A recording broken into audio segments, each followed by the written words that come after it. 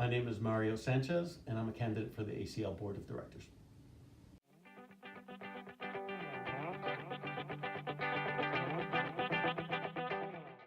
I come from an immigrant family. My sister is developmentally disabled. I'm the younger of two, but I've always been big brother. We immigrated from Cuba in the 70s, early 70s, and bounced around a few places. I've been in Longmont for going on 13 years. I'm married. My wife's name's Anya. She's German, also an immigrant. So we speak a few different languages at home. But yeah, my interest in helping the community with developmental disabilities comes from that family life.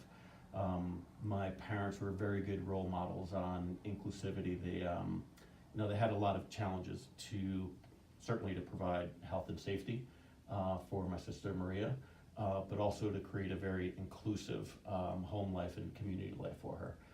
There were a lot of challenges there. She has a lot of profound disabilities and needs.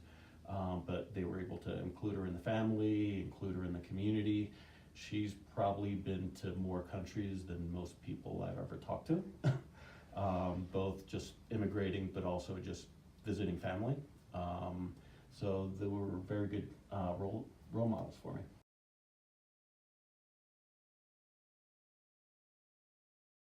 On the personal side, certainly my experience with the Spanish-speaking community and the immigrant community and some of their unique needs and challenges.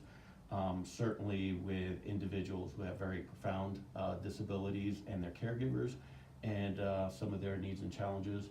And lastly, individuals and natural supports and caregivers as they age. I'm in my 50s. My sister's a year older than me. My parents are in their 70s, and they're the primary caregivers. They've always been the primary caregivers.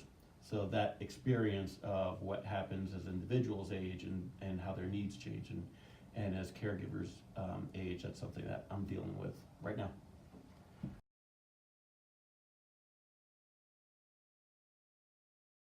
I'm a very laid back kind of person. My personality is just hang out, have fun, let it flow. But I can also I've been told that I can be pretty relentless. When I get a goal, I can be, sometimes a little bit of a puppy dog, but when I get a goal, I can be a pit bull after it and just don't let go.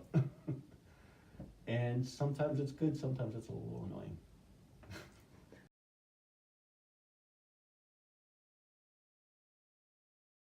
From my experience, the couple main challenges for people that English isn't their native language or immigrants is obviously the language. By what I've seen, you have a couple that are Spanish speaking and excellent translators. The other challenge I think is just that the immigrant communities tend to be a little isolated.